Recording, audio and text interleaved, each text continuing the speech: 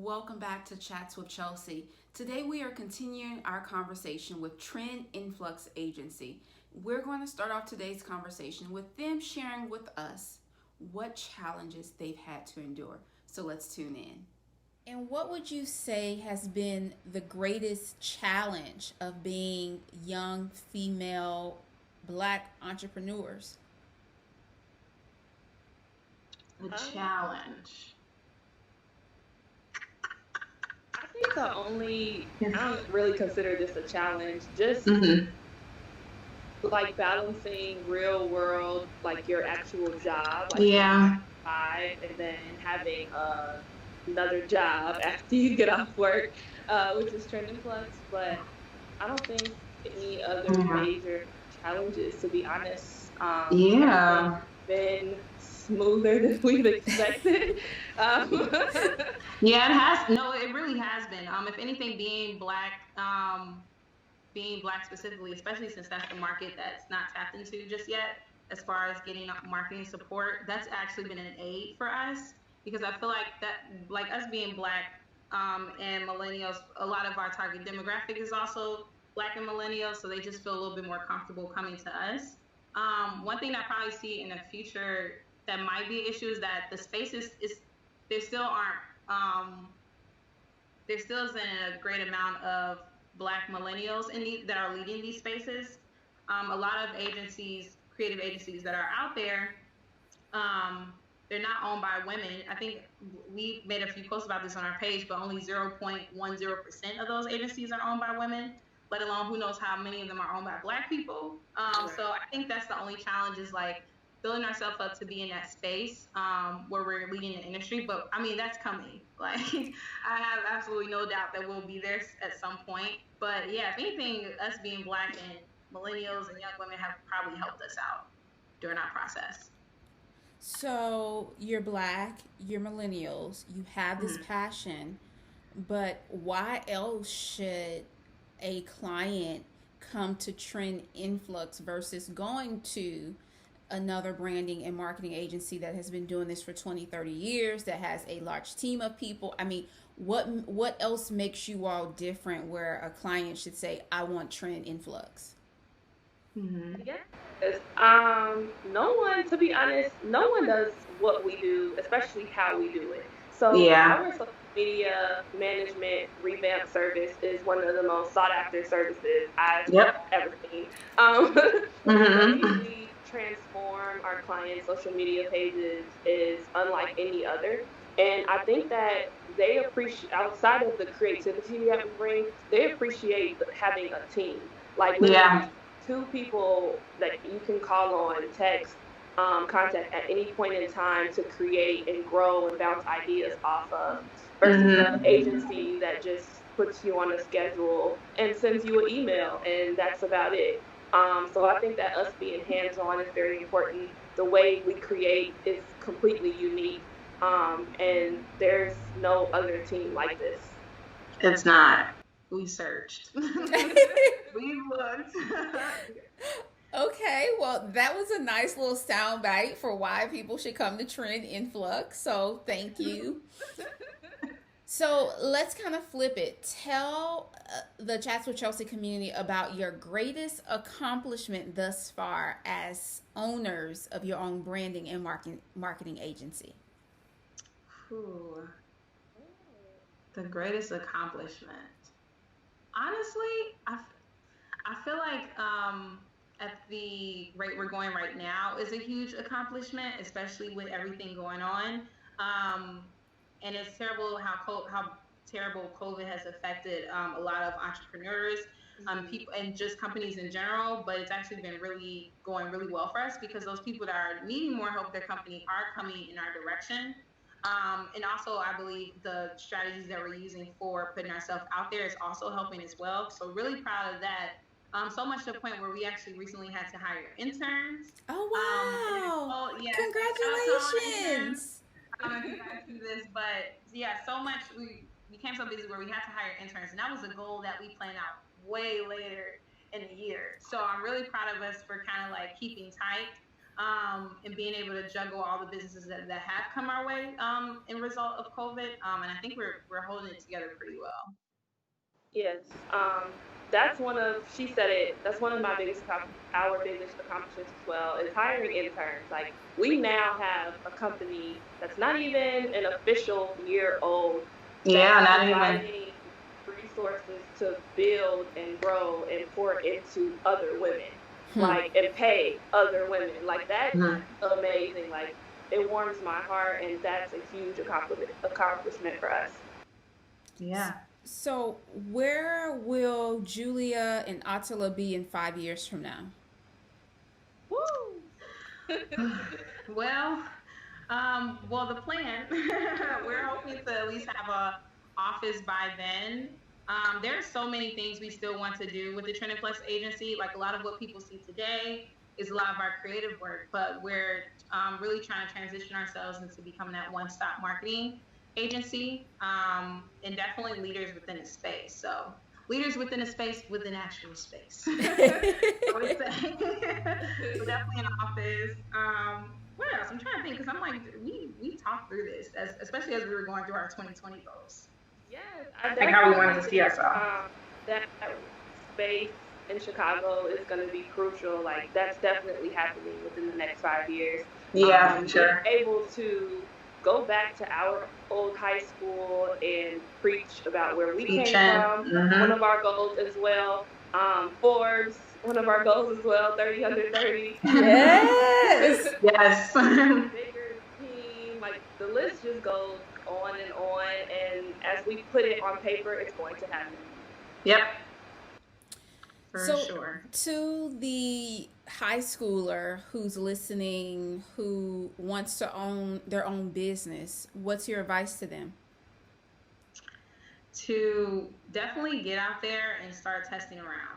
Because like I was saying earlier, that's what kind of fueled me to know that later on doing a marketing agency or starting some type of business was using my skills and just helping people out, even if it's for free. A lot of people say you shouldn't work for free, but you should still put yourself out there and get some sort of experience, whether that's working in small startups or even helping out a family friend. Just get out there and start. Because a lot of people wait to start businesses a lot later in their life versus like getting in there and getting experience right away. So I think that's a really important component. Just get it moving.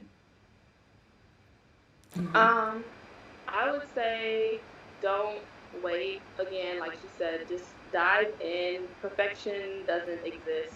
So as long as you have a plan and you have the passion and the drive for it, like, just dive in, get you a little team, and just do it. Don't wait. Yep. And so that's for the high school student. What do you tell the college graduate who realizes I have this huge dream and passion on the inside of me, but my mom is telling me I need to go get a job, and so I have to have a 9 to 5? What do you tell them in building their empire like you all are doing? Yeah. Story of my life. I see that till this day. I would say don't worry about pleasing anybody else. As long as you're happy and you're following your dreams, that's all that matters. I don't think that you should live for anybody else. It's, of course, your parents want you to be successful, but sometimes they don't know any other way. And especially in the times that are right now, all they know is 9 to 5. But and the American dream. And have residual income. And I don't think that having a 9 to 5 is bad, but use your 9 to 5 to fund your dreams. Your dreams, yeah. No, yeah, I was gonna say that too. I'm like, the part about parents not understanding, I think they should also try to understand that as well, and that'll probably help push them to do what they personally want to do. Is understand the differences and the opinions on how to end up living the American dream or being successful will definitely help. But like Julia said, like, you got to just kind of go for it. Make sure you do have a plan to be financially stable, because I think that's ultimately what parents want. But if you don't follow your passion and your dream, you will regret it as the years go by. Like, you'll never forget about them, honestly. Yeah. Especially when you're passionate about something. So, lastly, to the young lady who's listening to this, who's a woman, a black woman, and she wants to break ceilings and enter either the marketing and branding world or another industry that has little representation of African American women, what would be your encouragement to her as she overcomes, first off, potentially self doubt, but also what I know I experienced when I was in politics, just being unwelcomed Yeah. in the field? Because you all just exude this confidence of, we've made this decision, we're here.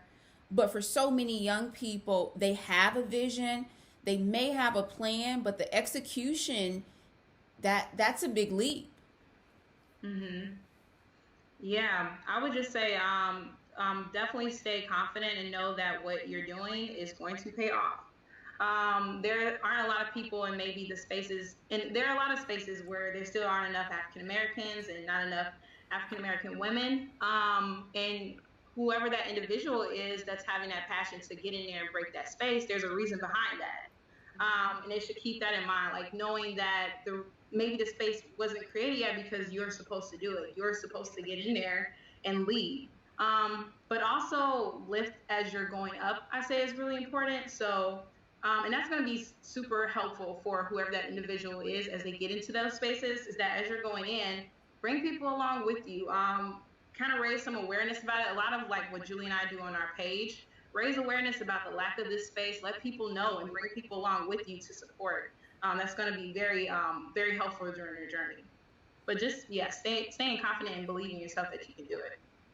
Yes, absolutely. Like 90% of what you're going to be doing is you pushing through the hard times. Like you Mm-hmm. grinding it out and having talks with yourself, like, I'm doing this for a reason, because there's a whole nother generation waiting on me and Tia to have this company so that they can So they market can come in, right? so Yep. what what we're doing as entrepreneurs is just bigger than ourselves, and I think that we always just have to remember that and stay true to that, Mm-hmm. and just remain passionate about it. And the moment you're no longer passionate about it, that's when your business dies. So make sure Mm-hmm. you're doing something that makes you happy. Exactly. And last thing, I think, I'm enjoying this conversation so much, Yes. Yes, we can keep going. We love it. is from a biz. So we've been talking about the passion, the interest, yet from the business side, what is a tip that you would give an entrepreneur of something that they may not think about in running their own business? Definitely the things that they might have a passion for one aspect of the business and know it very well, but they might not know other areas. Like, for example, we're both very passionate in marketing, so we obviously know how to market our business and do marketing for our clients. But there's other aspects of running a business, like someone needs to be very good with your financials, your logistics, your hiring process, even customer care is something that's really important too. Hmm. Luckily, Julie and I have been able to just kind of hold that together and manage with the skills we know. But we also have a lot of conversation around how we need support. Like and great entrepreneurs, what great entrepreneurs really do is pull in where they kind of lacked. Those are also great entrepreneurs, but also great leaders. So definitely consider those other parts of a business that you may not be amazing at, but also be very considerate of pulling people into your team so that you can make those things work. Yes. That's important. And basically, to pick off of what Tia is saying, like, if you don't know how to do something, be open to learning. Like, That be too, yeah. open to, like, we learn from our clients every week. Like, our clients teach us something new. Like, Mm-hmm. we are all learning and growing together. So I think having that open mind makes you a true leader as well. And if you don't know the answer, find out. Ask people. Don't be too prideful and just thinking you have to do it all on your own. Google's here. Mm-hmm. There are people here. There are resources here. There are libraries here. It's so much information out in this world that you can figure it out, but you can also ask. Like, closed mouth don't get Exactly. it. So Well, ladies, I have thoroughly enjoyed today's conversation. I'm so excited for you all. I am Thank inspired. you. I'm a millennial too, but I think I may be at the older end of the millennial spectrum for y'all. So it's just so refreshing to hear the passion, to hear the drive, and to hear from both of you all the confidence to be all that God has called you all to be, and to say, I'm not going to allow what other people think to stop me. Yet at the same Mm-hmm. time, I love that you emphasize the importance of having a plan so that you can execute on that plan, and being wise. You all still have 9 to 5s as you all are funding and building the empire, and so I think that that's realistic. And that's sometimes our journey, and for us to Yeah. accept that it may be a process. So I say thank you, thank you, thank you. Please tell the Chats with Chelsea community where they can find you to continue to follow you, but also check out your services. Mm-hmm. So you guys can follow us on Instagram at Trend Influx Agency. Or if you guys want to learn more about us, you can visit our website at www.trendinfluxagency.com.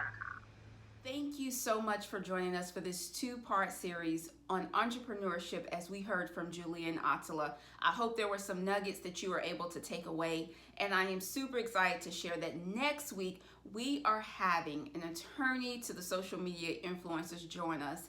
She'll be answering some of those most commonly asked questions, or at least questions I had, of what it means to be a social media influencer and what you should be looking for in your contracts. So be sure to tune in next week as we begin our conversation with Stephanie, the attorney to the social media influencers. Have a great week.